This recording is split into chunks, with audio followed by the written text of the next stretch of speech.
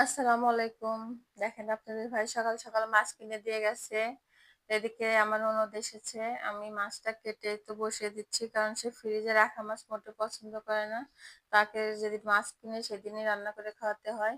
তো এভাবে মাছ মাখিয়ে রান্না করলে যেদিন কেনা হয় সেদিন এভাবে রান্না করলে অনেক মজা লাগে। তো মাছ রান্না বসিয়ে দিয়েছি। এদিকে আমার ননদ এসেছে এজন্য আসবে আগে থেকেই জানতাম। এর জন্য গরুর মাংস, ডাল আর তিল ভর্তা করে রেখেছি। সঙ্গে মাছের তরকারি। তো রান্না-বান্না শেষ। এখন দুজনের গল্প শেষ হচ্ছে না। কাজের ফাঁকে, ফাঁকে অনেক গল্প করছি। এই দেখেন আলু দিয়ে গরুর মাংস, ওই যে ডাল, মুগ ডাল আর মসুর ডাল মিলিয়ে রান্না করছি। আর মাছ। তো এখন ২ ননদ ভাইবোন খেতে বসে যাব। তো দুজনে খাচ্ছি আর গল্প করছি। দুজনের গল্প শেষ হচ্ছে না।